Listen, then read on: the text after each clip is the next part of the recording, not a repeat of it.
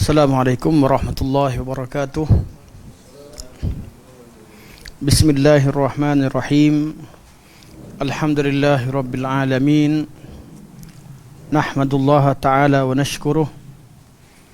Wa nusalli wa nusallimu ala sayyidina Muhammadin alladhi ballagha ar-risalah wa adda al-amanah wa nasaha al-ummah hatta ataahu al-yaqina wa ala alihi wa sahbihi ajma'in. Subhanaka la ilma lana illa ma 'allamtana innaka antal alimul hakim. Rabbi shrah li sadri wa yassir li amri wahlul 'uqdatam min lisani yafqahu qawli. Amma ba'd. Jazakallahu khair, barakallahu fiik. Fa inna asdaqal hadits kitabullah wa khairal hadi hadi Muhammadin sallallahu alaihi wasallam wa syarrul umuri muhdatsatuha wa kullu muhdatsatin bid'ah wa kullu bid'atin dhalalah wa kullu dhalalatin finnar. Thumma amma ba'd. Pertamanya mari kita merafakkan setinggi-tinggi kesyukuran kepada Allah Subhanahu wa taala kerana di malam yang barakah ini Allah Subhanahu wa taala memberikan taufik kepada kita untuk hadir dan meneruskan majlis ilmu, dan kita masih lagi membincangkan tentang tajuk khabar ahad dalam masalah akidah. Sebagaimana yang kita telah sebutkan pada pertemuan yang lalu, hadis ahad merupakan majoriti hadis Rasulullah sallallahu alaihi wasallam yang diriwayatkan dalam kutubus sunnah, dan hadis mutawatir itu sangat sedikit hadis yang untuk dikatakan sebagai mutawatir. Kenapa hadis mutawatir itu sedikit? Kerana memang pembahagian mutawatir dan ahad ini pembahagian yang kemudian yang dilakukan secara teori oleh ulama kalam, bukan pembahagian yang asli ada pada ilmu hadis yang dilakukan oleh ulama hadis. Ulama hadis sejak berkurun tak pernah bincangkan mutawatir ataupun ahad. Mereka tak mereka tak hiraukan dan tak kisah pun tentang mutawatir atau ahad untuk beramal. Walaupun mereka tahu ada hadis tertentu yang tahap pensabitannya lebih kuat daripada hadis yang lain kerana banyak jalan, namun mereka tidak menjadikan itu sebagai alasan untuk menolak dalam beramal dengan hadis ahad. Okey. Anda rasa kita tak perlu ulang kat situ, kita terus masuk pada apa yang tercatat di buku kita pada muka surat 47. Cetakan Jakim Syarah Aqidah Tahawiyah jilid yang kedua. Okey. Sekalipun hadis ahad ada kemungkinan mengandungi benar dan dusta. Betul lah. Manakala hadis mutawatir mana ada yang tak sahih. Hadis mutawatir confirm sahih. Hadis ahad yang ada hadis yang hasan, ada hadis sahih, hadis hasan, hadis dhaif, hadis maudhu', semua ni hadis ahad. Mana hadis dalam kategori sebabkan dia tak diriwayatkan secara mutawatir lah namanya ahad. Jadi sekalipun hadis ahad ada kemungkinan mengandungi benar dan dusta, akan tetapi membezakan antara hadis sahih dengan hadis dhaif tidak akan dapat dilakukan oleh seseorang melainkan setelah dia memperuntukkan masa yang lama untuk meneliti hadis, mengkaji perjalanan hidup para perawi supaya dapat melihat keadaan dan kata-kata mereka serta perhatian mereka yang tinggi daripada terlibat dengan penyelewengan dan kezaliman. Ini ayat umum lah. Walaupun hadis ahad, ada yang sahih, ada yang tidak, ada yang dusta, ada yang maudhu' dan palsu, tapi ulama tak kata terima semua hadis. Mana ada orang kata terima semua hadis? Sebab tu ada ilmu hadis yang membezakan antara yang sahih dan tidak sahih. Jadi ulama yang mengkaji hadis ni pula, selain daripada kaedah mereka yang sangat utuh dan kukuh untuk memastikan keaslian hadis Nabi SAW, mereka juga siang malam mengkaji hadis. Mereka habiskan duit. Imam Bukhari rahimahullah, ayahnya tinggalkan 1 juta dinar. Semuanya diperuntukkan untuk tuntut ilmu.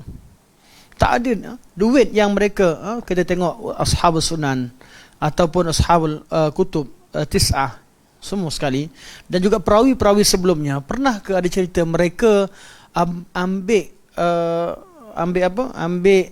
kredit daripada karangan mereka ataupun ambil royalty daripada karangan buku-buku zaman dulu? Tak ada. 1 sen pun mereka tak minta upah. Malah Al-Fudhal ibn Dukain dan beberapa ulama yang disebutkan pernah mengambil upah dengan upah yang sedikit, dikritik oleh ulama hadis. Kenapa ambil upah? Mengajar hadis kenapa nak ambil upah? Sekadar untuk cukupkan keperluan hidup. Yang miskin sekalipun ada dikritik. Jadi ilmu hadis bukan dimasuki oleh golongan yang nak kaya raya. Orang yang nak kaya, nak senang, tak datang, tak belajar ilmu hadis. Sebab ilmu hadis perlukan pada pengorbanan. Korbankan harta, korbankan masa, korbankan segala-galanya. Sebab tu orang-orang yang tidak kuat jiwanya, dia tak nak ilmu hadis. Walaupun dia ingin agama, dia nak beragama, tapi kalau jiwa dia tak kental, dia takkan belajar ilmu hadis. Kerana dia tahu ilmu hadis itu ilmu yang memerlukan pengorbanan. Zaman kita senanglah, kita buka laptop hafal. Zaman kita cerita zaman ahli hadis pada zaman dahulu. Itu pun ilmu hadis antara ilmu yang tough pada zaman kemudian ini. Taklah semua, taklah katakan paling tough. Kadang-kadang ada ilmu lain dalam bab tertentu, tapi antara ilmu yang paling berat untuk difahami.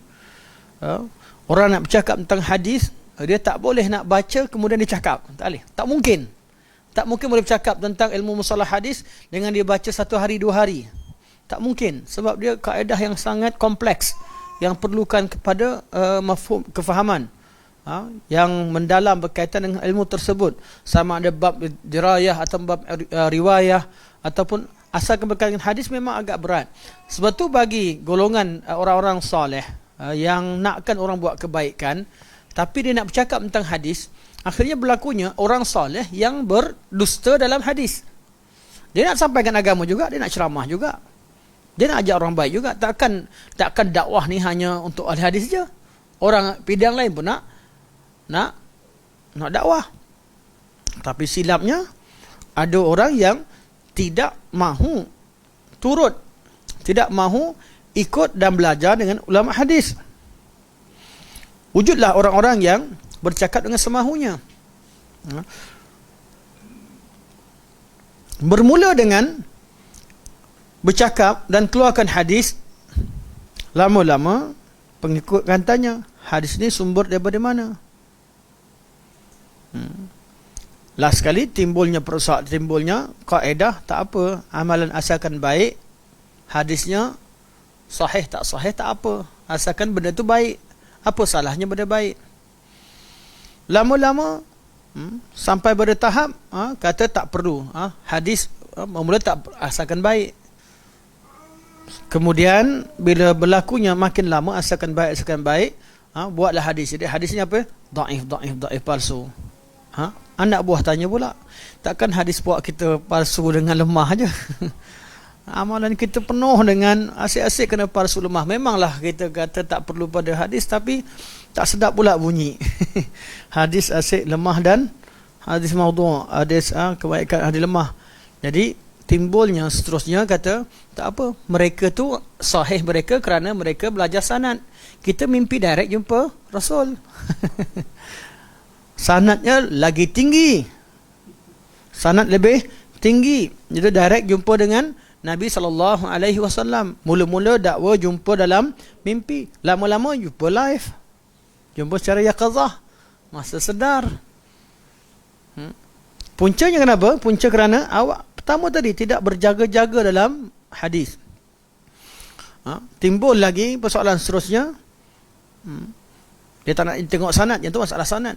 Lama-lama apa yang takkan Nabi cakap dalam mimpi dengan yaqzah lain pula dengan apa yang dalam hadis yang diriwayatkan dengan cara yang sahih.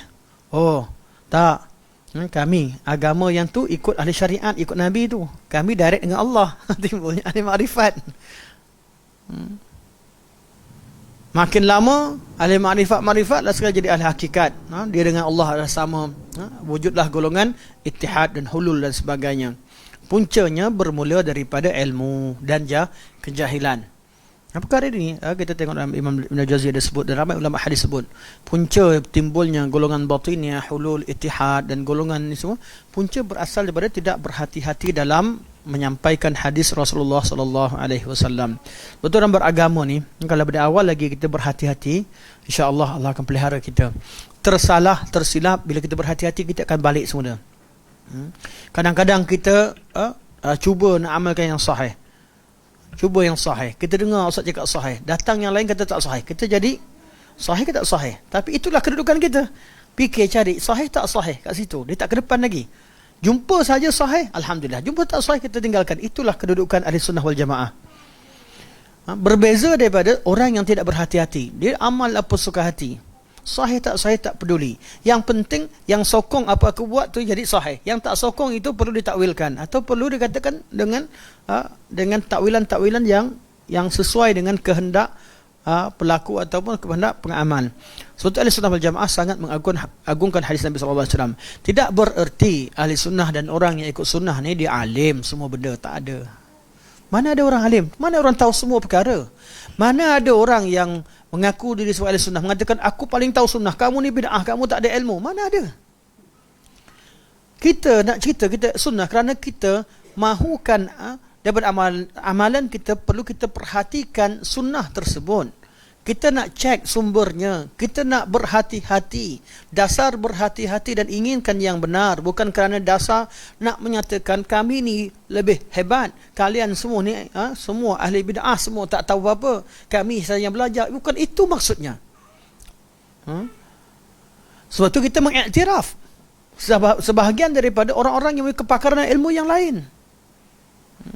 Kita iktiraf kewujudan tersebut. Namun bila kita iktiraf keilmuan yang ada pada setengah orang, tidak menjadikan kita menggadaikan prinsip kita untuk mencari yang hak dalam ilmu, dalam pelajaran hadis. Cuma biasanya kalau kita yang selalu tanya tentang dalil, tanya tentang semua, dia tak disenangi oleh orang-orang yang bukan ahlinya. Kalau orang ada ahli, orang tanya dalil, dia risau apa? Risau apa? Baca je lah. Orang ada dalil, hafal semua dalil, dia masa, contoh dia ringkaskan, tak ada masa nak cerita. Lepas tu ada masa tanya, orang tanya, risau apa? Jawab je lah. Sebab memang dia hafal dan tahu dalil, cuma masa tidak mengizinkan, keadaan tak mengizinkan. Bila orang tanya tu, dia bersyukur, terima kasih. Biasanya yang marah orang tanya dalil ni sebab apa? Sebab memang tak ada dalil. Kau tanya juga. Jangan buat malu muka aku. Itu yang jadi masalah. Ramai orang marah kalau ditanyakan dalil. Kalau fitrahnya dan secara biasanya tak ada siapa yang marah kalau orang tanya tentang dalil. Tak ada siapa marah. Sebab apa? Dalil ni kena yang mulia. Tanya keaslian satu benda. Orang jual jam, kalau jam tu asli, orang tanya asli tak? Asli. Dia tunjuk lagi kan. Oh, dia ada dalil dia. Tengok asli. Tengok ni. Ni macam ni. Ni timbul, yang ni tak timbul. Geng jam ni tahulah. Tengok yang ni macam lambang terbalik. Kat sini ada berapa line. Semua dia tahu. Sebab dia benda asli. Yang marah ni siapa?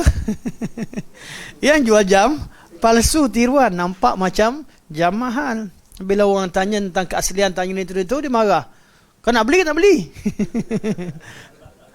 Pasal orang terima macam tu je. Pasal orang beli je. Mana orang nak beli? Kecuali orang tak kisah. Kami tak kisah. Palsu tak palsu. Yang penting kami nak jam. Tak apalah, yang nak jam palsu silakanlah. Jadi dua mazhab. Mazhab yang jam ori dan jam palsu. Selesai. Masalah geng jam palsu, dakwa kami adalah geng jam asli. Itu. Itu masalah yang besar. Kalau mengaku tak apa, kami geng jam palsu, tak ada masalah lah kan. Tak ada syak lah kami. Tapi yang jadi masalah, semua berebut kata inilah dia jam asli. Okey, lain cerita itu. Okey. Okey, jadi hadis ahad, walaupun ada hadis ahad yang sahih, ada yang tidak sahih. Malah ada sampai tahap palsu bila secara ahad. Hadis yang mana ada kemungkinan penipuan berlaku. Namun ulama hadis tidak menerima hadis ahad begitu sahaja.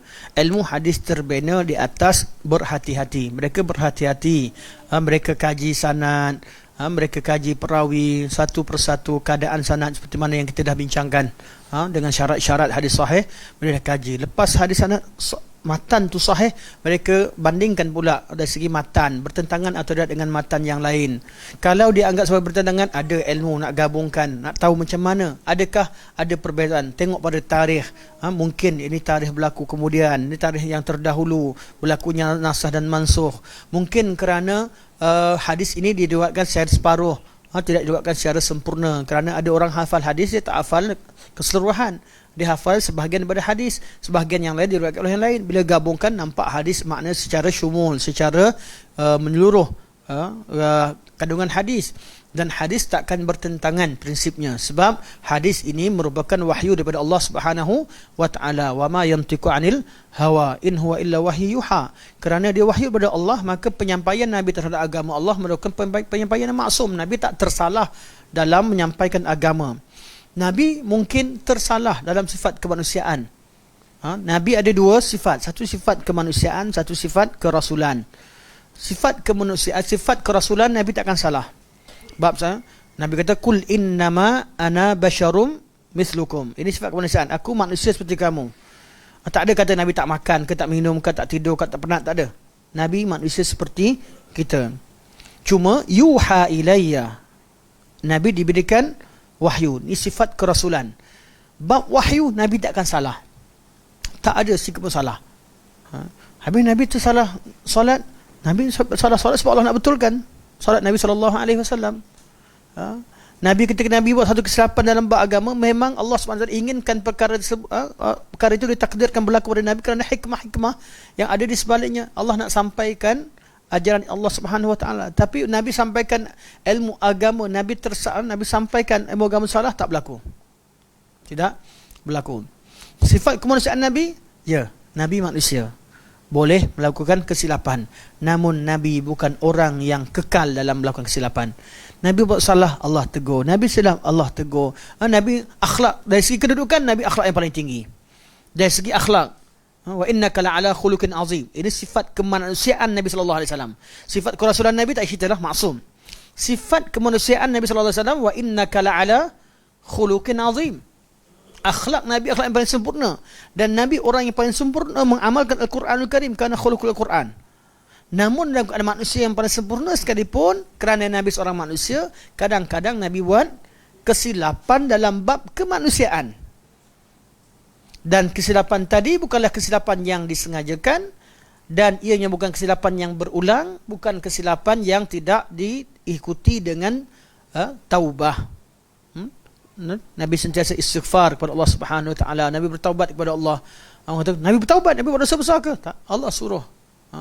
Allah kata, "Idza jaa nasrullahi wal fath wa ra'aitan nasa yadkhuluna fi dinillahi afwaja fasabbih bihamdi rabbika wastaghfir innahu kana tawwaba." Itu arahan Allah Subhanahu wa taala kepada Rasulullah sallallahu alaihi wasallam. Okey. Jadi seterusnya kita baca, mereka ini kalau ditakdirkan hendak dibunuh oleh orang al-hadis, mereka tetap tidak akan membenarkan seseorang mengada-adakan sesuatu terhadap Rasulullah. Al-hadis ni, mereka takkan biarkan orang tipu hadis Nabi SAW sampai hari kiamat. Ada di kalangan mereka dipenjarakan hanya kerana menyampaikan perkara yang sahih. Kalau ikutkan senang, duduk diam, cari tempat yang selesa, cukup. Tapi kebanyakannya yang menyampaikan perkara yang sahih di zaman waktu-waktu tertentu, mereka ini tidak disenangi ketika menyampaikan yang hak, melakukan nahi mungkar. Bila buat nahi mungkar ni orang tak senang. Orang tak senang. Zaman Imam Ahmad, orang nak elak bila dekat takut dipancung. Zaman Ibn Taymiyah, sama orang nak elak daripada dia takut dipancung, takut terpalit. Dan berlaku hingga ke zaman mana-mana. Ada putus kawan, tak nak berhubung. Sebab apa? Sebab kau ngajar tempat tu, nanti orang kaitkan aku pula dengan itu dan sebagainya. Berlaku banyak. Sebab perkara ini berlaku sampai bila-bila. Jadi mereka ini kalau ditakdirkan hendak dibunuh, mana kalau orang nak bunuh sekalipun, suruh dia tipu hadis Nabi SAW, ahlul hadis. Ini cerita pada zaman ulama hadis. Mereka tetap tidak akan membenarkan seseorang mengada-adakan sesuatu terhadap Rasulullah SAW. Tengok, nak adakan hadis palsu untuk mewujudkan satu amalan, mereka berjuang sampai korbankan nyawa. Tak ada masalah, mereka nak korbankan apa sekalipun untuk pertahankan hadis Nabi SAW. Apatah lagi ada orang yang ajar tak payah hadis Nabi pun boleh beramal. Tak ada kualiti langsung hadis. Zaman dulu, kenapa mereka tetap zaman dulu ada perawi, ada yang ditangkap kerana mendusta, kerana dia buat hadis targhib dan tarhib, fadail surah, fadilat surah, ditangkap, dipenjarakan, malah dibunuh. Ada setengah kerana nak galakkan orang baca Al-Quranul Karim yang confirm sahih, yang memang amalan yang sahih, tapi ditangkap kerana apa? Kerana memalsukan hadis. Dan mereka ini, kenapa mereka palsukan hadis? Mereka nak orang beramal dan mereka nak orang pegang dengan hadis. Mereka nampak ada kuasa hadis, adanya autoriti dalam hadis tersebut untuk menetapkan suatu amalan supaya orang beramal. Zaman sekarang sampai ke tahap tak perlu hadis, tak apa. Tak ada hadis, tak apa. Hadis ada tak ada, kita boleh buat. Asalkan kita rasa baik. Dulu benda yang dah confirm sahih, datangkan hadis-hadis yang menceritakan kelebihan, ditangkap. Zaman sekarang tak payah ada hadis pun tak apa, asalkan baik. Lepas tu datang hadis kemudian. Tak stop kat situ. Orang tanya hadis mana? Hadis mana? Pergi kat situ tanya. Maka wujudlah fadilat yang lebih tinggi. Amalan dibuat. Amalan sambutan, amalan awal doa awal tahun, akhir tahun. Buat. Lepas tu orang tanya hadis mana? Jumpa. Mana orang terima tak hadis? Orang awam sampai bila-bila pun nak ikut mana-mana ustaz pun saya tanya, hadis ada? Tak ikutlah, tak kira grup mana sekalipun. Pergi ikut sekali, pergi minta kat kubur mana ke, dia tanya, hadis ada? Ada. Oh ada, boleh sebenarnya. Yang menipunya yang bawa. Orang awam dia ikut je kat mana-mana, mereka nak kebaikan. Mereka kan sentiasa bertanya. Maka wujudlah kelebihan-kelebihan yang diada-adakan. Dulu amalan yang sahih dibuatkan, dicarikan dalil. Sekarang amalan tak sahih, buat dalil, pahalanya berganda-ganda lebih daripada yang sahih. Ini yang berlaku dan telah berlaku pada sejak lama sebenarnya. Sampai zaman sekarang. Sekarang ni ada apa lagi? Adab-adab yang dibuat-buat. Apa? Naik gunung apa? Naik gunung mandi dengan jerai. Mandi di telaga apa saya saya minta maaf. Pengurusi kita hantar mesej kat saya buka. Tak boleh nak masuk sebab handset saya ada masalah lain sikit daripada ni. Jadi saya nampaklah kata mandi tajuk cantik nampaklah. Saya baca kejap alang-alang kita komen sikitlah. Mandi tak khurafat, ia bergantung kepada niat. Betul lah, mana ada mandi khurafat? Mandi khurafat ke?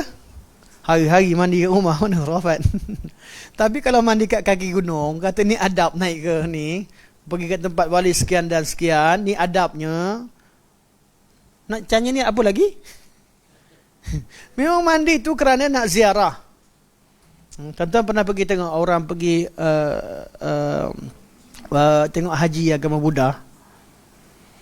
Tak kira pergi kat Buddha Gaya ke, Pokok Bodhgaya atau pergi Lambini, pergi mana buat haji, mana lawat tempat Buddha lahir, tempat Buddha Buddha tree, pergi ke tempat Buddha meninggal semua sekali, itu nama haji, the pilgrim of Buddhist, of Buddhism. Mana tengok macam mana pengamalannya. Pergi ziarah tempat orang meninggal semua sekali, dan pergi dengan adab-adab, dinamakan sebagai pilgrim. Betul aja sebutnya betul? Macam mana? Pilgrim, haji. Tuan-tuan jangan ketawakan saya bahasa Inggeris. Sebab tu saya tak cakap bahasa Inggeris. Baca boleh faham, tapi nak sebut jadi malu sebab selalu salah. Mengaku daripada awal saya mengaku ni. Disebut sebagai pilgrim. Betul? Betul. Haji. Pergi sama ada mazhab Hinayana yang pergi ke India, pergi ke tempat Bodhgaya kalau begini, ataupun mazhab Mahayana yang pergi ke gunung Himalaya sebagainya dengan pecahan-pecahannya yang bagaimana, semua sekali pergi ziarah tempat orang meninggal, tempat ni ziarah di tempat-tempat tertentu dengan tujuan ibadat dengan cara tertentu, dinamakan sebagai pilgrim. Macam buat haji. Apa tu lagi mulakan dengan mandi, dengan tuan-tuan boleh buka. Tuan-tuan boleh buka kalau sekadar nak tengoklah macam mana mereka buat haji di dalam agama lain. Sebab tu jangan mudah-mudahkan, jadikan tempat sebagai tempat ziarah. Kemudian cipta amalan satu, kemudian buat satu, kemudian minta kat situ. Apa beza dengan haji? Mandi dulu, pakai pakaian tertentu, tukar pakaian, naik, pergi buat solat kat sini. Ada yang minta buatkan tempat, ada yang pergi tawaf kat kubur, ada yang pergi minta dan sebagainya. Apa beza? Saya tak nak tuan-tuan terima dulu, tuan-tuan buka cek kat YouTube.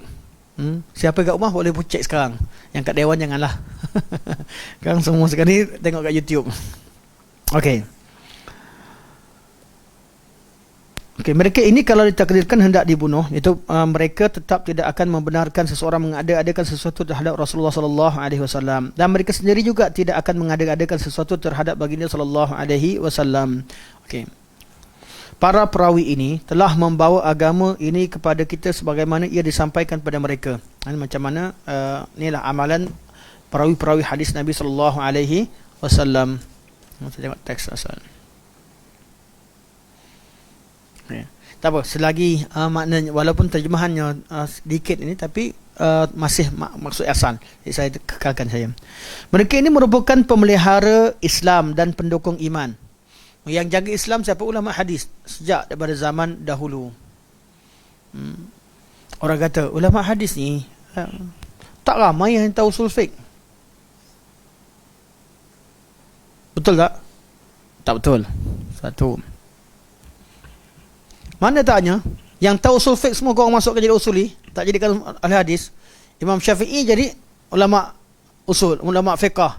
Sejak Imam Syafi'i lah hadisnya. Imam Ahmad jadi imam, kata ahli hadis, tak faham usul fiqh, tak faham fiqh. Habis yang 4 mazhab ni, siapa mereka? Hadisin. Hanya Imam Abu Hanifah yang tidak dalam kategori muhadisin yang hebat dari segi hadisnya, tapi beliau tetap muhaddisin walaupun beliau dalam bab riwayat beliau lemah, namun bab dirayah beliau orang power, hebat. Dan muhaddis lah. Hadis ada yang mahir dalam bab riwayah, ada dalam bab dirayah. Imam Abu Hanifah bab riwayah, bab hafalan beliau dhaif, tapi dalam bab pemahaman hadis beliau adalah tokohnya, muhaddis. Betul, muhaddisin tak semestinya mereka adalah perawi. Tidak. Ada yang mahir dengan hadis dalam bab dirayah. Ada, sebab tu dalam bidang sekarang saya buat, ada bidang fiqh sunnah dengan bidang ulumul hadis. Kat mana-mana mesti ada bidang fiqh sunnah yang kaji tentang teks, ataupun bidang ulumul hadis yang kaji tentang kesahihan teks melalui riwayat, dalam periwayatan. Jadi siapa lagi yang pimpin ulama? Hadisin. Sejak daripada awal sampai sekarang. Cuma ramai bila zaman kemudian, bila dipecah-pecahkan bidang, betul lah ada orang belajar hadis yang tak belajar usul fiqh, tapi tidak bermakna Tidak bermakna ilmu usul fiqh itu lekang dan hilang daripada ulama hadis.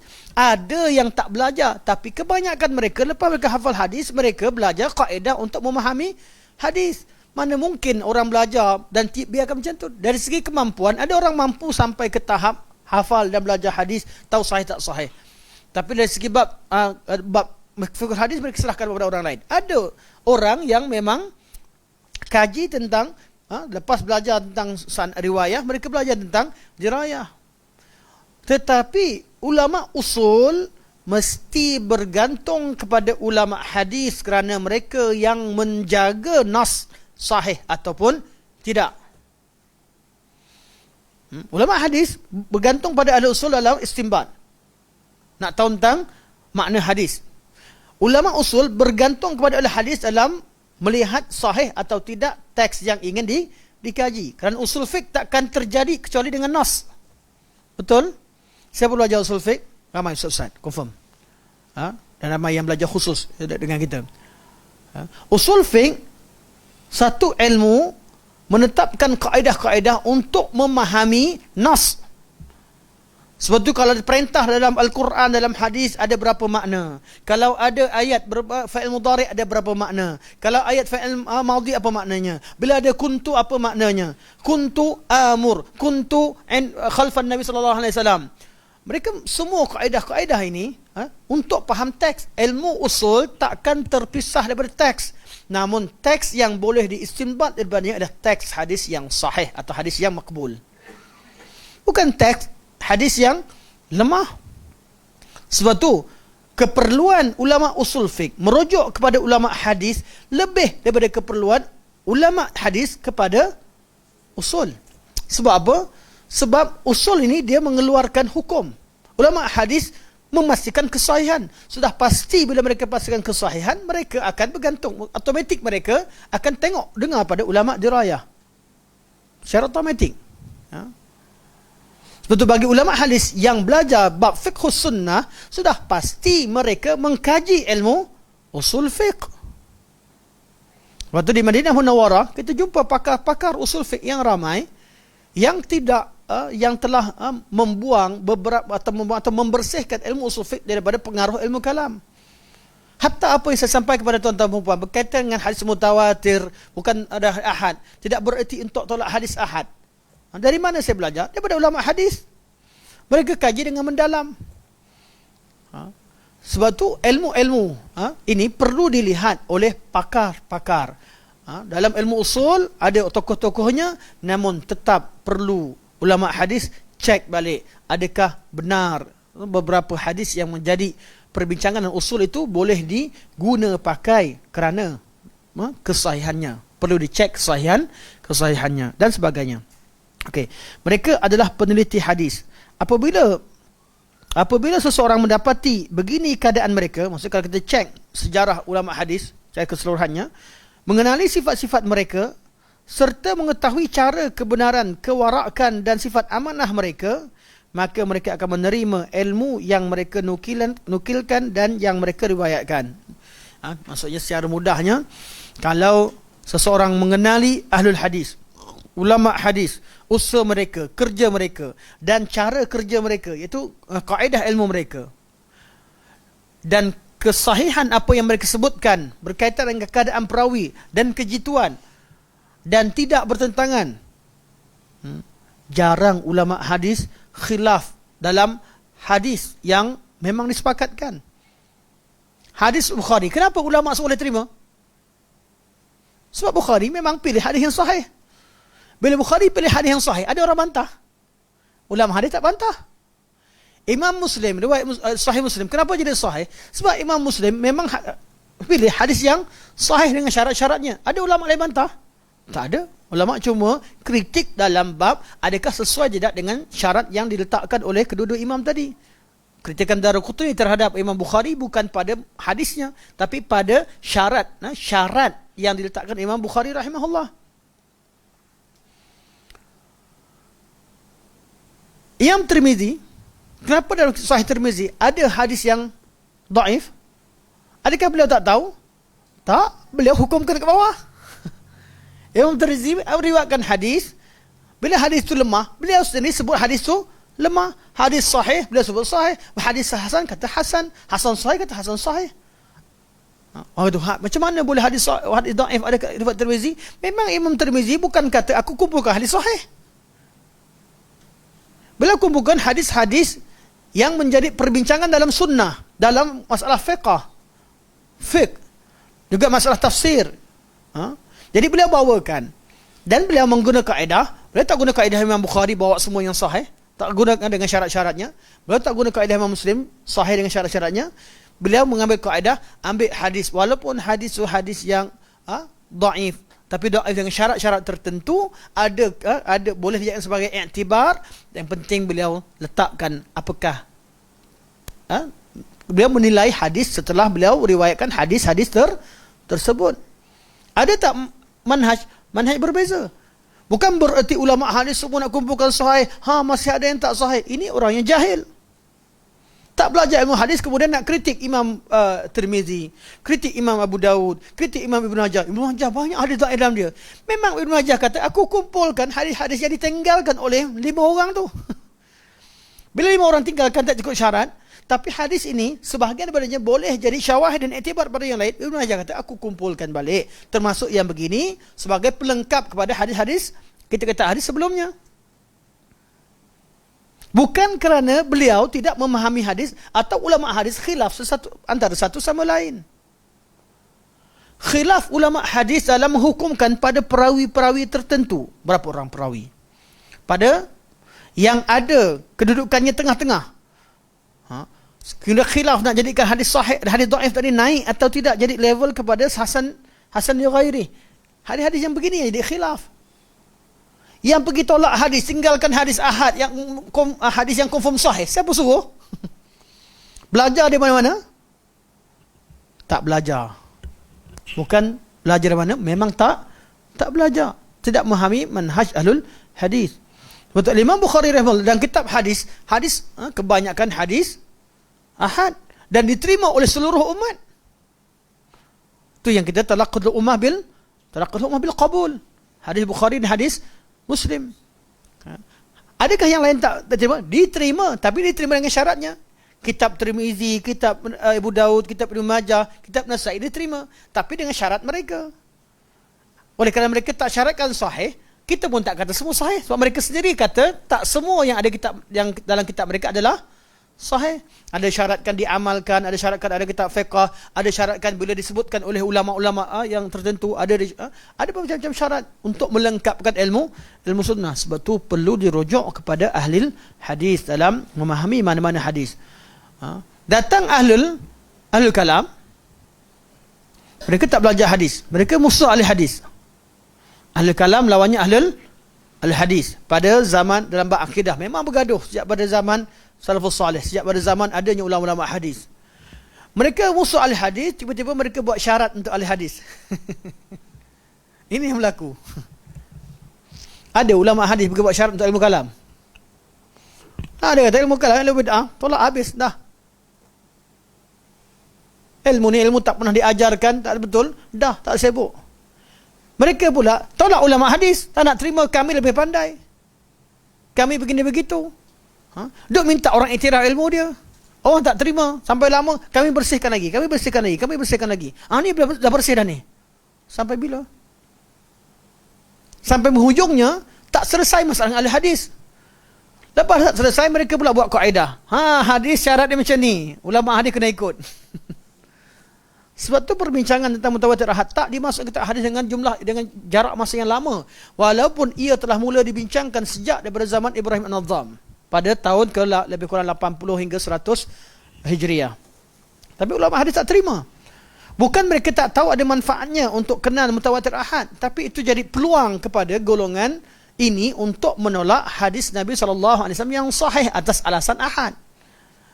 Ditambah pula pada zaman ramai orang tak faham istilah dan sebagainya. Oh, ni hadis ahad. Kita mendengar hadis ahad Ustaz. Oh, hadis ni ahad. Sebelum tu kena faham betul apa makna hadis ahad. Ini yang nak disampaikan oleh Syekh rahimahullah. Sesiapa yang mempunyai pengetahuan dan ilmu akan mengetahui bahawa ahli hadis mempunyai ilmu tentang keadaan perjalanan hidup Nabi SAW. Ini kepakaran lah. Dan nak tentang cerita tentang Nabi, orang yang kaji siang malam tentang Rasulullah SAW, mereka lah paling tahu. Sesiapa yang mempunyai pengetahuan dan ilmu akan mengetahui bahawa ahli hadis mempunyai ilmu tentang keadaan perjalanan hidup Nabi SAW. Dan hadis-hadis yang diucapkan oleh baginda SAW yang tidak dapat diketahui oleh orang lain. Sebagaimana ahli nahu yang mengetahui pendapat-pendapat Sibawayh, Khalil, dan tidak diketahui oleh orang lain. Ahli nahu belajar ilmu nahu, ada ahli hadis pergi kacau ilmu nahu. Tak, ilmu nahu orang terima. Okay. Ilmu sirah dengan ilmunya. Kenapa ilmu kalam ulama hadis tak tentang, bagi menentang? Biarlah mengkalang ilmu dia. Tak. Ilmu kalam belajar, dia kata hadis salah. Wajib belajar ilmu kalam, wajib mengatakan akidah ahli hadis sesat atau mengandungi tashbih, mujassimah dan sebagainya. Sebab tu ahli hadis bangun menentang. Dia bukan ilmu yang bebas, tak ada kaitan dengan hadis. Tiba-tiba zaman sekarang, kalau orang cerita tentang hadis, seolah-olah ahli hadis yang bagi kacau ilmu kalam. Ini yang dibayangkan. Ahli hadis mereka mewarisi ilmu akidah daripada Rasulullah, daripada hadis Nabi SAW, daripada Al-Quran dan Sunnah. Berkekalan begitu. Ilmu kalam yang pergi ganggu. Yang kata zahir Quran, mana zahir artinya bukanlah zahir kulit dengan batin, tak tahu yang ilmu kulit, tak tahu yang batin. Ini mereka yang namakan. Apa yang zahir, yang terzahir, yang memang apa disebutkan Quran secara jelas, itu nama zahir. Itulah dia yang mereka beriman dengannya. Dan tak pernah pun ada orang belajar hadis daripada kurun pertama sampai kurun ketiga, semua sekali rasa aku keliru dengan agama aku. Allah, macam mana Allah ada, Allah beristiwa, habislah. Macam mana Allah istiwa, sama Allah dengan makhluk. Mana ada pernah mereka risaukan benda ni? Tak pernah orang Islam, daripada orang awam, apatah lagi ulama, apatah lagi sahabat Nabi SAW yang risaukan perkara ini. Kenapa tak risau? Bukan sebab mereka menyamakan Allah dengan makhluk, tapi sebab tak pernah terfikir pun benda ni jadi isu. Tak pernah terfikir pun. Sebab tu secara spontan saja mereka selalu sebut banyak athar Allah beristiwa di atas arash. Secara spontan saja mereka angkat tangan dalam keadaan tertentu, dalam riwayat-riwayat mereka, kerana ini perkara yang tidak pernah diisukan. Datang al-kalam dia buat isu. Duk korek ulama hadis. Hadis yang kamu belajar ni tahu, hadis ni tak sahih ni. Hadis ni dia ahad, semua kami nak mutawatir. Yang ni tak perlu kami buat macam ni. Akidah kami ambil ikut akal. Oh, hadis kena ikut pada akal. Hadis ahad tak diterima. Dia usik habis ulama hadis tentang. Lepas tu nak kata ulama hadis sebagai mutasyaddid. Mutasyaddid ganas ulama hadis ni tak diterima sekali. Sampai sekarang dilabelkan yang syadid, yang keras adalah ahli hadis. Sampai sekarang siapa bercerita tentang ni dia kata ustaz ni syadid ini dia ni keras. Nak kata ilmu kalam dan itulah yang dibayangkan. Kalau kita lihat keadaan sebenar, lihat kepada sejarah, lihat pada fakta, lihat pada siapa, ilmu mana yang ganggu. Ilmu nahu ulama ahli tak pernah ganggu. Ilmu saraf, ilmu qiraat, ilmu apa sekalipun. Sebab apa? Ilmu mereka tidak bertentangan dengan hadis Nabi SAW. Ilmu kalam, dia katakan apa yang ada kat hadis tak boleh pakai. Riwayat yang dibawa oleh tak boleh pakai. Akidah yang dibawa tak boleh pakai. Kalau boleh pakai sekalipun yang sepakat macam kami, terima yang ni sahaja, yang lain tak boleh pakai. Inilah dia hakikat ahlul kalam yang tidak beradab dengan ulama pada suatu ketika dahulu. Mereka ni belajar ilmu sains, orang akademik, belajar ilmu sains, pergi terjemah buku daripada Yunan mana-mana semua, nak ambil teknologi. Lepas tu jumpa pula ilmu, terpengaruh dengan ilmu falsafah dulu-dulu. Lepas tu mereka nak memandai-mandai dalam agama, nak bercakap tentang agama. Lepas tu buat-buat kaedah, kritik orang agama. Inilah dia perangai ahlul kalam. Sebab tu ulama kalam, ulama hadis memang bermusuh dengan al-kalam sejak zaman dahulu. Kerana perangai mereka tidak belajar, nak keluarkan ilmu, nak belajar ilmu bukan melalui sahabat Nabi SAW. Tak melalui riwayat, tak melalui guru. Mereka istinbat dengan akal. Mesti belajar direct daripada akal. Akal kita yang mampu. Kalau belajar ikut yang lain, taklid. Dia kata. Taklid dengan Nabi pun mereka khilaf. Sah atau tidak sah iman? Awalul wajib 'alal mukallaf. Tuan-tuan buka dalam mana-mana buku tak kalam. Tak kira mazhab mana sekalipun. Akan dibincangkan awalul wajib 'alal mukallaf. Perkara yang paling wajib, paling awal kewajipan terhadap mukallaf apa dia? Kenapa? Dibincangkan sah atau tidak iman seseorang kalau dia tidak buat perkara yang awal. Awalnya apa? Kenal Allah dengan akal. Suatu sifat wajib, mustahil dan harus pada akal. Itu yang wajib diketahui. Sebab kalau tidak sah iman orang yang taklid dengan Al-Quran dan Sunnah menurut setengah pandangan. Setengah pandangan di kalangan mutaakhirin, di kalangan Asy'ariyah dan sebagainya, kebanyakan dia kata ikut Quran Sunnah sah.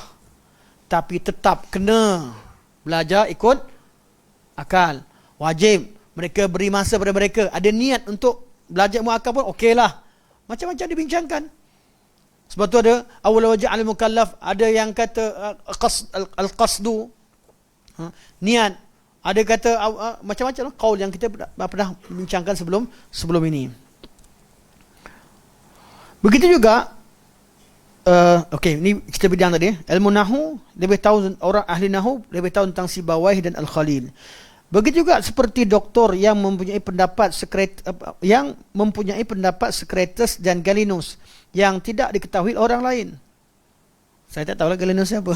Kalau tuan-tuan pakar doktor tak tahu. Saya tengok nama bahasa Arab pun saya tak kenal. Bahasa terjemah pun saya tak kenal. Minta maaf, bukan bidang. Tuan-tuan yang belajar tahulah. Ulama bidang tu pun tak kenal. Jadi orang minta saya komen, Ustaz macam mana vaksin? Saya tak komen lah. Kenapa saya nak komen? Pak bukan bidang saya. Nak paksa saya ikut mana pun saya tak tahu. Saya ni orang awam, saya ikut pemerintah je lah. Pemerintah kata wajib vaksin 1, pergilah dia vaksin 1. Dia kata 2 lah. Saya bukan beriman. Saya ikut je. Jangan marah saya. Orang kata salah, saya tengok. Sebahagiannya termakan juga. Orang kata tapi cek balik ni balik. Tak, ini hujah ni ada tutup, ni betul, ni sebagainya. Kita orang awam. Dalam bidang perubatan, sampai sebut nama tokoh perubatan pun tak kenal. Macam mana komen tentang ilmu perubatan? Untuk diri saya nak amal apa dan sebagainya, orang kata sehat minum air kelapa. Memang saya minum air kelapa sebab sedap selain daripada sehat. Kan? Kalau orang kata benda yang kita suka, orang kata sehat, ada khasiat, itu paling bagus. Kan? Paling seronok benda yang kita sedia amalkan dan kita suka. Itu biasa. Tapi jangan jadi tokoh. Jadi masalah bila berlaku isu, bukan ahlinya bercakap. Tak pernah masuk universiti, tak nak belajar tentang sains, tak nak belajar ni, tiba-tiba cerita tentang vaksin. Orang tak percayalah, bukan sebab tak nak percaya apa dia cakap, tapi kepakaran tu tidak ada. Biarlah ahli dengan ahlinya bercakap, kita duk nilai baca. Okeylah. Khilaf-khilaf pun sekadar antara ahli. Kita mendengar. Tapi bila bercakap macam-macam kampung, bila bercakap sini begitu, tak tahu mana satu yang betul. Sampai sekarang saya tak tahu mana satu betul. Sampai sekarang, walaupun badan dah pernah vaksin dah. Geram pun ada, kena vaksin lagi dengar geram. Tapi macam mana, kita bukan pakar. Nak kata suka, tak juga. Nak kata tidak, tak juga. Sebab kita tak tahu, kita taklid. Perlu ikut kepada orang yang kita percaya. Dan saya yakin kerajaan tidaklah nak bunuh rakyat. Itu yang saya yakin. Benda yang saya yakin. InsyaAllah pihak-pihak atasan tidaklah berniat jahat untuk membunuh rakyatnya sendiri. Kalau mereka tersalah, pasti akan ada orang yang akan bersuara. Suatu bila ada yang bersuara, kita cek pula macam mana hujah masing-masing. Jadikan ia sebagai perbincangan yang lebih sehat, lebih ilmiah. Wallahu a'lam. Setiap orang itu mempunyai pengetahuan yang lebih daripada orang lain. Saya nak tanya tentang pisau. Cari siapa? Mana pakar pisau kita? Ada? Kita ada pisau ke, lampu picit ke. Semua kita ada pakar kat sini. Tanyalah apa sekalipun. Ada pakar. Nak tanya tentang masakan, mana tokoh masak ni tak ada. Kedai buka ni. You boleh lupa. Bos dekat sini. Kita ada bos. Tokek kedai, tokek restoran, ada. Takkan nak pergi lawan. Untuk komplain boleh lah, tak sedap. Tak apa-apa kan? Tiap-tiap orang ada bidang. Dan tak ada orang yang mahir 100%. Sebab tu tak ada orang yang boleh sombong. Tuan-tuan sekarang duduk, ramai duduk depan saya. Walaupun saya bercakap dalam ilmu, tapi jauh dalam hati saya sangat hormat dengan semua. Tiap-tiap orang saya pernah tanya tentang bidang-bidang. Sebab banyak benda saya ambil manfaat daripada tuan-tuan perempuan. Cikgu, pengalaman. Kalau cikgu, minta maaf cikgu, saya bukan mengumpat cikgu. Kat belakang saya selalu jual nama cikgu. Tapi saya puji macam mana semangatnya seorang yang berusia sebegini, yang dah 70 lebih ya? 71. Masya Allah. Jarak bukan jauh. Bukan jauh. Bukan dekat. Tuan-tuan, saya pun ada rumah di Bukit Beruntung. Masa awal-awal ke sini, sesat balik-balik. Nak kenal Baitul Salam. Rumah beliau berdekatan di sebelah sana, di Serendah, di Bukit Beruntung arah sana. Datang malam-malam dengan usia begini, suami isteri. Dalam keadaan kadang-kadang sakit, kadang-kadang hujan, kadang-kadang naik motor. Orang yang saya jadikan sebagai salah seorang inspirasi untuk saya, untuk menuntut ilmu. Kadang-kadang bila saya susah, saya ingat, Masya Allah, ramai lagi orang yang menempuh jalan untuk menuntut ilmu. Sebab tu hadis Nabi SAW, man salaka tariqan yaltamisu fihi ilman sahalallahu lahu bihi tariqan ilal jannah. Siapa yang bersusah payah, pilih jalan, bersusah payah mencari ilmu. Allah tak sebut lagi tentang orang alim. Ni hadis yang lain. Ni hadis orang yang bersusah payah, ambil jalan, pilih jalan, cari jalan untuk tuntut ilmu. Sebab tu tak sama orang tengok online dengan yang datang. Kecuali lah kalau tak ada masalah kenderaan, masalah sebab. Tapi tak sama yang usaha hadir datang dengan orang di rumah. Tak sama. Ada nilainya usaha kita dalam mencari ilmu. Mungkin orang kat rumah dicari yang lain, tengok sebagainya. Tapi kalau saya, kalau belajar kat rumah, susah. Selalu penceramah bercakap, saya dah tidur. Yang banyak komplain isteri saya lah. Dan penceramah yang satu penceramah yang saya tak pernah dengar, jarang saya dengar. Siapa? Diri sendiri. Sebab tu banyak yang dah lepas-lepas kata, kalau dengar suara sendiri macam tak sedap. Ya ke aku cakap kat atas tu? Memang antara penceramah yang saya tak klik. Buka YouTube ya, ada nama aku, alamak. Cari yang lain. Cari yang lain. Buat pernah dengar. Cuma kadang-kadang kalau takut minggu lepas salah, kita salah, cek balik lah. Saya akan betulkan semula. Kadang-kadang kita tersalah, kadang-kadang kita hadis yang tak jelas, kadang-kadang ayat Quran tak keluar sebagainya. Yang tu kita cek semula lah. Sekadar itu, sekadar tahu. Atau tak tahu berhenti kat mana. Itulah nak dengar sendiri punya pun. Ilmu kita berapa banyak. Orang kata kononnya lah, kalau ada orang kata, Masya Allah Ustaz tu tahu gini. Kita yang tahu ilmu kita sekadar mana. Kadang-kadang benda yang sama mengayat sana sini. Kadang-kadang berlaku. Allah Maha mengetahui apa yang ada pada diri kita. Sebab tu kita perlu mengiktiraf bahawa semua orang ada ilmu pengetahuan, semua orang ada bidangnya. Hormatilah bidang tersebut sekiranya bidang itu memang bidang yang ada nilainya.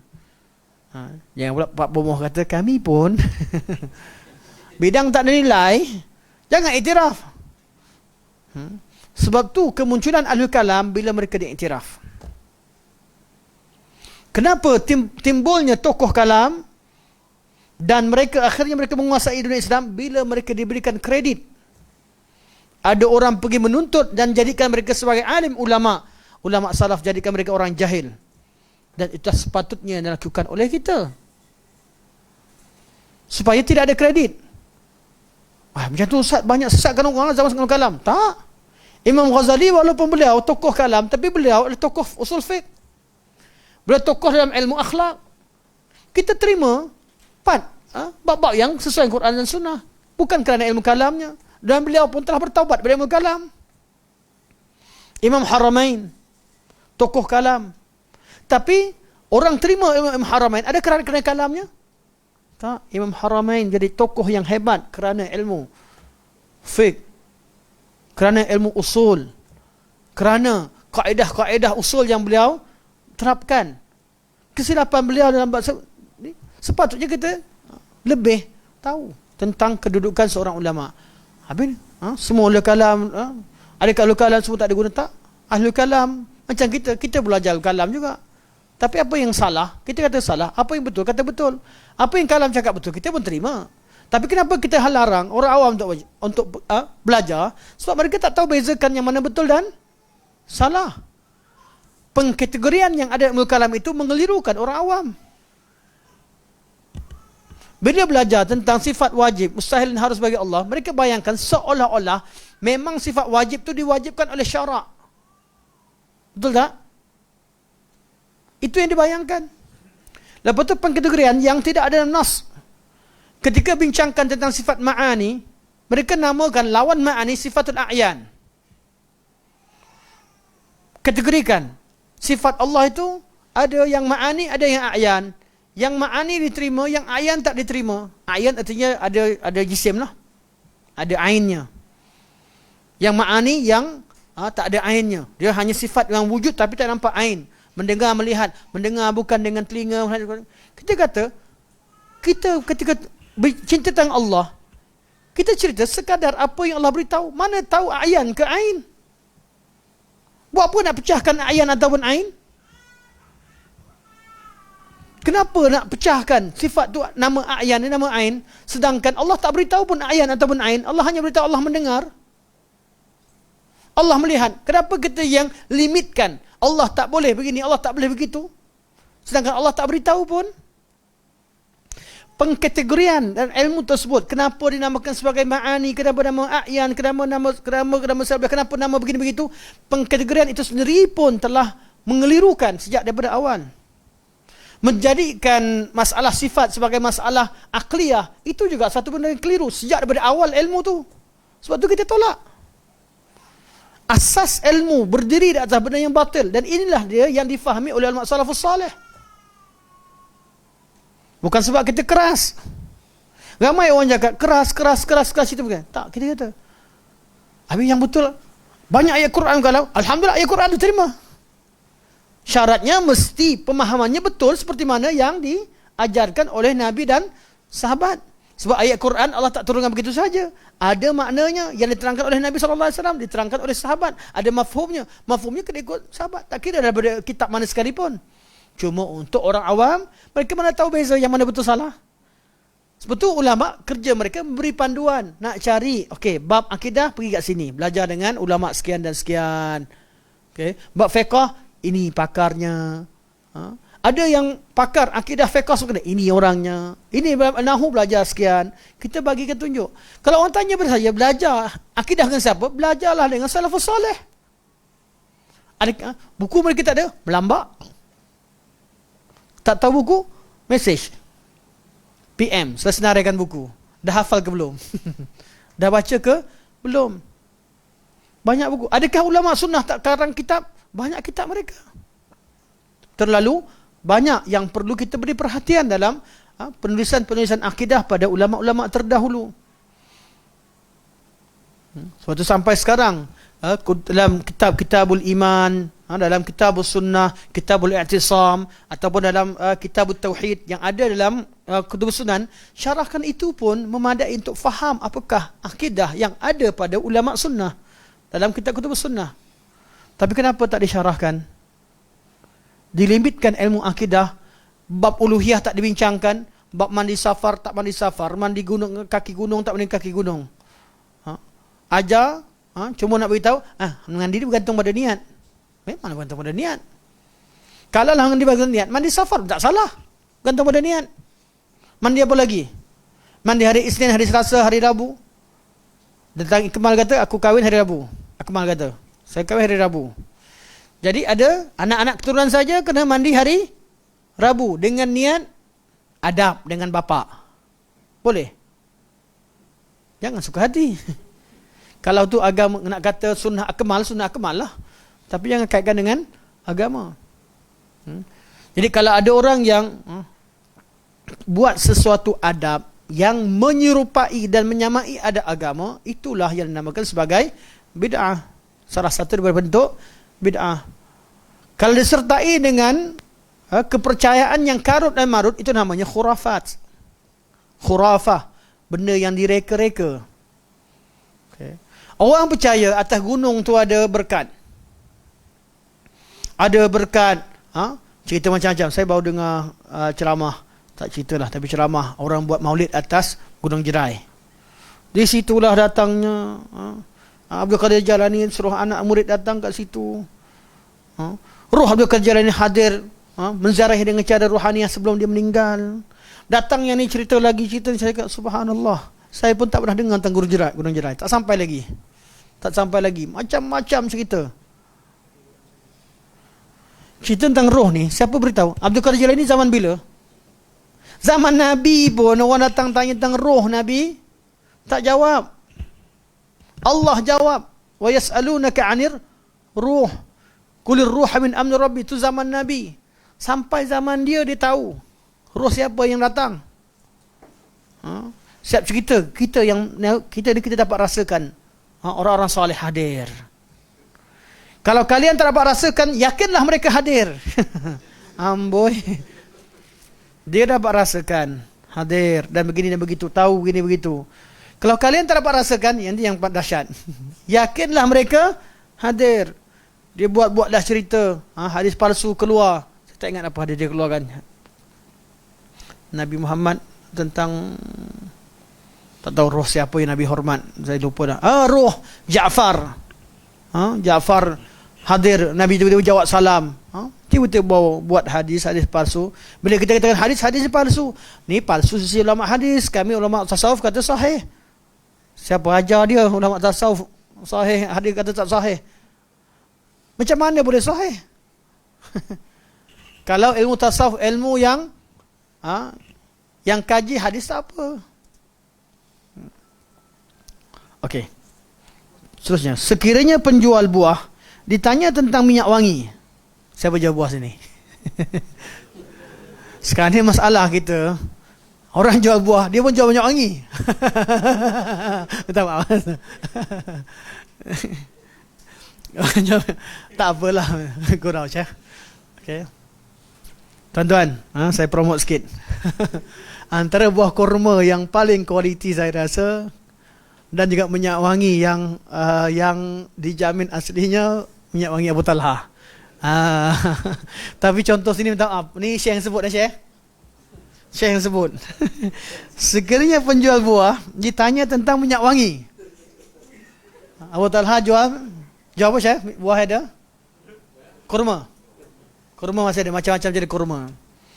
Minyak wangi pun macam-macam minyak wangi. Jadi contoh tak valid. Contoh Syekh tak valid untuk Baitul Salam. Tapi di tempat lain mungkin. Atau pembuat minyak wangi ditanya tentang roti. Siapa yang tanya? Tak ada dah. Dan sebagainya. Maka mereka akan dianggap sebagai orang yang sangat jahil tentang perkara yang ditanya itu. Bukan bidangnya. Akan tetapi mereka yang menafikan perkara ini telah menjadikan firman Allah Subhanahu wa taala laisa kamitslihi syai' wa huwas samiul basir sebagai sandaran bagi mereka menolak hadis-hadis sahih. Satu ayat Quran inilah dibaca kat mana-mana. Laisa kamitslihi syai'. Ayat Quran inilah digunakan untuk tolak semua ayat Quran yang lain. Macam ada pertentangan sangat ayat Quran dengan ayat Quran yang lain. Macam ada pertentangan sangat ayat Quran dengan hadis-hadis Nabi SAW. Inilah yang dibaca. Dan inilah kata Syekh, inilah yang dibaca sejak zaman dulu sampai sekarang. Ada ayat lain? Tuan-tuan, ada ayat lain tuan-tuan jumpa? Itulah yang dibaca balik. Setiap kali mereka dibawakan dengan hadis-hadis yang bercanggah dengan kaedah dan pendapat mereka serta yang direka oleh pemikiran mereka, maka mereka akan menolaknya dengan ayat laisa kamitslihi syai'. Allah tak sama dengan sesuatu. Betul lah tu. Tapi dengan kaedah yang mereka buat tadi, kerana hendak menimbulkan keraguan dan kekaburan dalam kalangan orang yang lebih buta hatinya daripada mereka.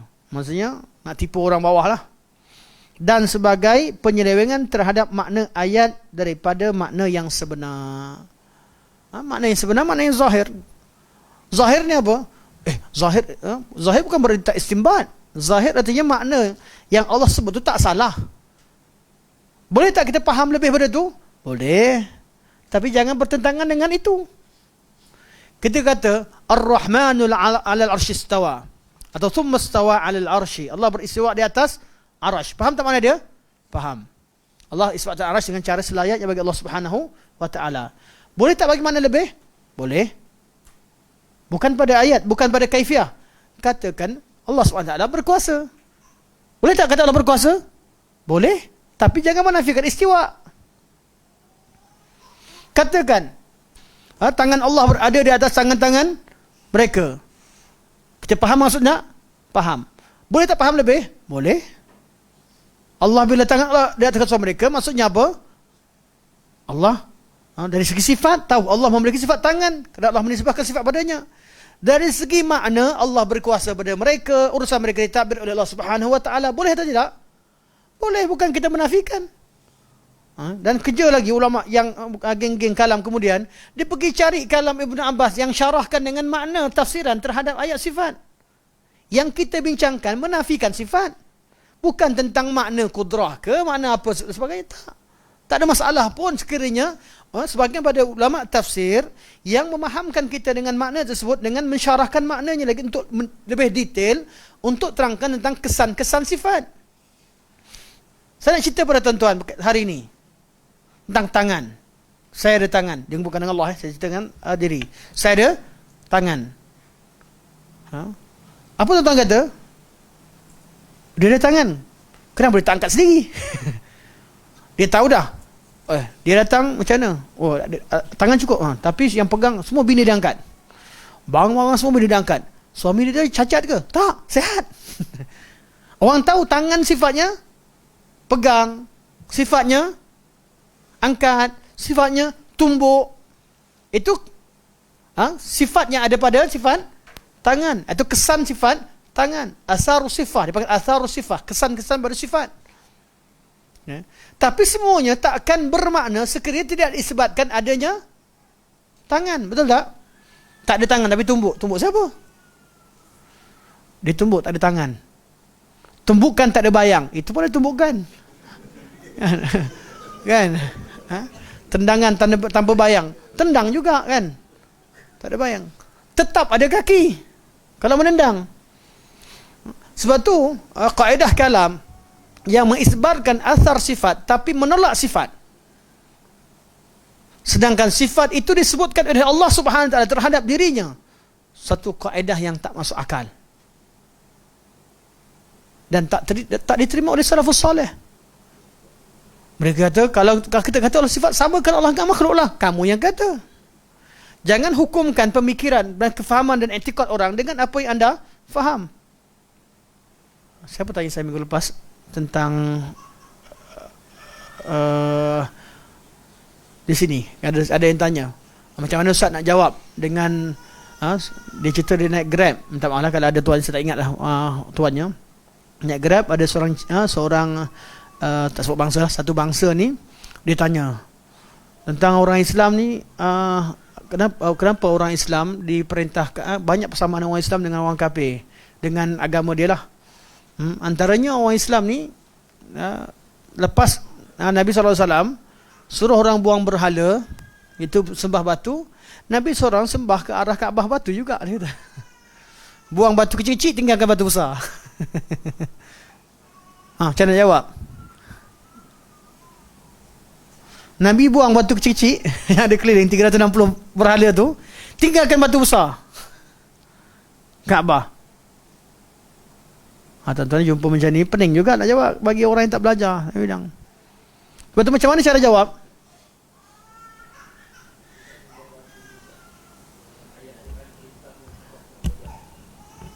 Hadap wajah Allah, menghadap ke arah wajahmu ke arah kiblat. Okey. Cara jawabnya bagi ulama dakwah, mereka akan lihat siapa yang bercakap depan kita. Ini kaedah dakwah. Tiap-tiap yang nak jawab soalan orang yang bertanya, kita kena kenal orang depan kita. Sama ada di golongan khalid zihni, orang yang kosong memang nak tahu, atau golongan mutaraddid, dia tahu tapi dia syak mana satu betul, atau golongan yang mungkir, golongan yang memang kaki bangkang dan nak bantah. Jadi kalau kaki bangkang, jangan jawab ilmiah. Jangan jawab terangkan satu-satu kita ikut rentak dia. Caranya cara ilmu perdebatan. Kalau golongan yang tengah-tengah, kita gunakan cara tarjih. Bagi golongan yang kosong tak tahu apa, kita gunakan cara taudih. Ini ulama terangkan. Buat penerangan, terangkan. Memang nak tahu. Yang kedua golongan yang tengah-tengah.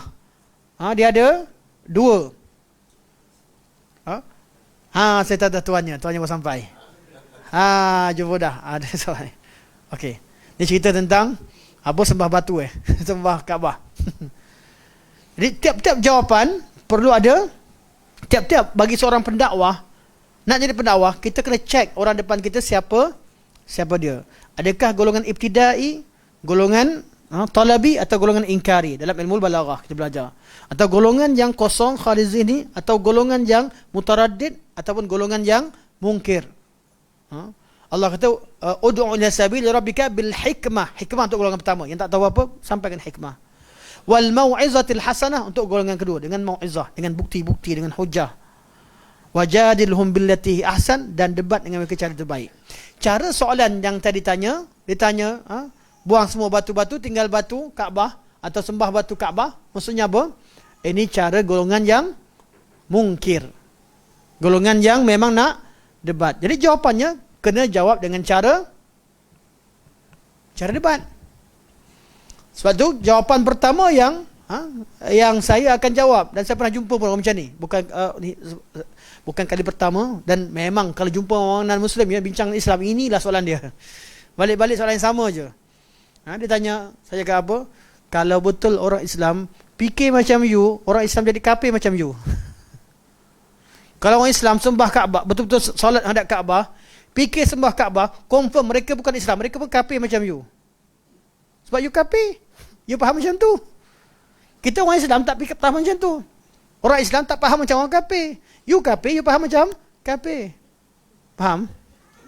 Orang kafir yang pergi sembah batu. Islam tak. Islam menyembah Allah dengan perintah Allah. Baru start terangkan makna fawalli wajhaka syatral masjidil haram. Jelas? Dan seterusnya. Okey, kita habiskan sikit. Okey, dah habis dah. Kita sampai sini. InsyaAllah kita sambung pada waktu akan datang. Juga berkaitan laisa kamitslihi syai' insyaAllah.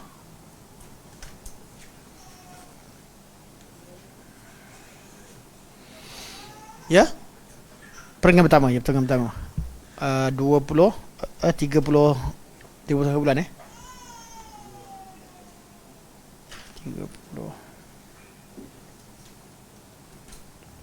Okey. Ada waktunya kita boleh panggil orang tu kafir. Ketika maqam dakwah. Ada ketika maqam hujjah dan debat dan sebagainya. Tapi dalam maqam dakwah, hikmah dan dakwah bil ahsan, jangan panggil kafir. Panggil saudara, panggil dengan wahai manusia, kaum manusia, panggil dengan bangsanya, kerasa bangsa dengan kita, panggil nama keturunannya yang baik-baik dan sebagainya. Tapi bila orang yang datang dengan keadaan seolah-olah mengkafirkan kita boleh katakan dia sebagai kafir, dan tak salah pun dalam ilmu. Lembut, tapi ada masa kita kena tegas sekiranya ada unsur-unsur yang memerlukan kepada difahami bahawa kita perlukan pada ketegasan ketika itu. Ini dakwah yang sebenar. Ada orang yang tak boleh langsung bagi orang kafir sampai menafikan ayat qul ya ayyuhal kafirun. Ada orang yang sentiasa kafirkan orang. Semua kafir, tak betul kafir. Orang kafir pun Allah panggil ya ayyuhan nas. Ni semua orang yang panggil kafir. Okey. Ada orang yang ada soalan lagi pelik lah. Dia kata, masa bid'ah ni kat Quran tak sebut. Banyak lah. Nanti cerita lain kali. Okey, kita buka soalan. Ada soalan ringkas insyaAllah. 10:45. Tak payahlah buka soalan. Okey, sampai sini saja. InsyaAllah. Kalau sekiranya ada soalan, tuan-tuan boleh ni. Dan secara ringkas untuk soalan daripada tuan pengurusi kita, bukan soalan, beliau hantarkan link tadi, dengan ada yang mengatakan bahawa mandi di bawah mandi tidak khurafat, bergantung pada niat, secara prinsipnya betul. Tapi kata-kata itu perlu dilihat kepada waqi', kepada praktikal. Mandi kat mana yang tak berniat. Kalau orang pergi mandi betul-betul nak pergi kat hotel, nak pergi Mekah, lepas tu mandi pakai kain ihram, confirm dia mandi sunat ihram.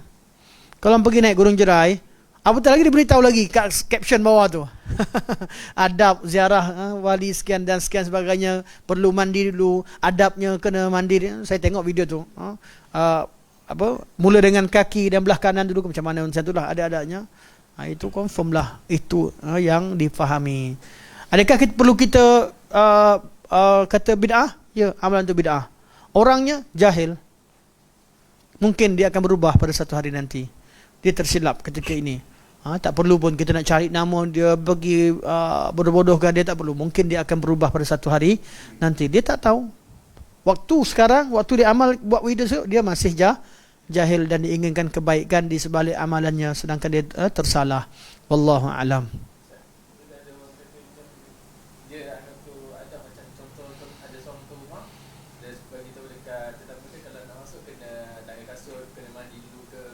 Yelah, kalau tuan rumah, kalau orang kubur tu beritahu macam tu dan dia memang tuan rumah, okeylah. Kena tahu siapa tuan sebenar. Kalau orang mati tak ada milik, tak ada harta, tak ada apa dah. Orang meninggal tu meninggal lah, dia tak memiliki apa-apa tempat. Kalau betul ada penunggu, itu dah khurafat tu. Percaya ada tuan rumah suruh begini, itulah khurafatnya. Kalau betul memang ada tuan rumah, betul lah kita pun beradab dengan tuan rumah. Tuan kita mandi dulu, minta maaf, mandi dulu, lebih baik saya tak ziarah, terima kasih, serahkan barang jalan. Kalau tak nak mandi, betul? Syarat tuan rumah begitu, nak masuk rumah saya kena mandi dulu. Nak mandi, tak mandi tak apalah, terima kasih, minta maaf, saya ada kerja lain, saya nak mandi tempat rumah saya. Kita ada hak untuk tolak kalau betul-betul dia tuan rumah. Sekarang ni ceritanya tuan rumah kat Bukit Jerai ni, siapa tuan rumah kat Gunung Jerai ni? Jelas? Qiyas ma'al fariq, qiyas yang tidak ada kaitan. Lainlah kalau kita percaya memang gunung ni ada penunggu dia, ada tempat wali-wali, tempat mulia, itulah khurafat dia tu. Mana dengan dia kata tuan rumah kata begitu-begitu, itulah khurafatnya. Itulah yang dikatakan sebagai khurafat. Mandinya bukan kosong, mandi disertai dengan kepercayaan yang palsu, khurafah. Jelas? Subhanakallah wa hamdika asyhadu an la ilaha illa anta astaghfiruka wa atubu ilaik. Wa sallallahu ala sayyidina Muhammad wa ala alihi wa sahbihi wa baraka wa sallam. Alhamdulillahi rabbil alamin. Wassalamualaikum warahmatullahi wabarakatuh. Kelihatan pengurusi ada pengumuman. Silakan. Assalamualaikum warahmatullahi wabarakatuh. Update kematian Ahlus Sunnah, inna lillahi wa inna ilaihi raji'un. Adik Anas Baharudin, beliau adalah anak kepada Ustaz Baharudin Ayuddin. Muda lagi, masa berapa tahun sudah saya belajar di Semat Quran, beliau masih kecil. Dapat info, tengok di Facebook kakak je, katanya baru meninggal, muda lagi. Allahumma fir lahu warhamhu wa'afihi wa'afu anhu. Itu saja.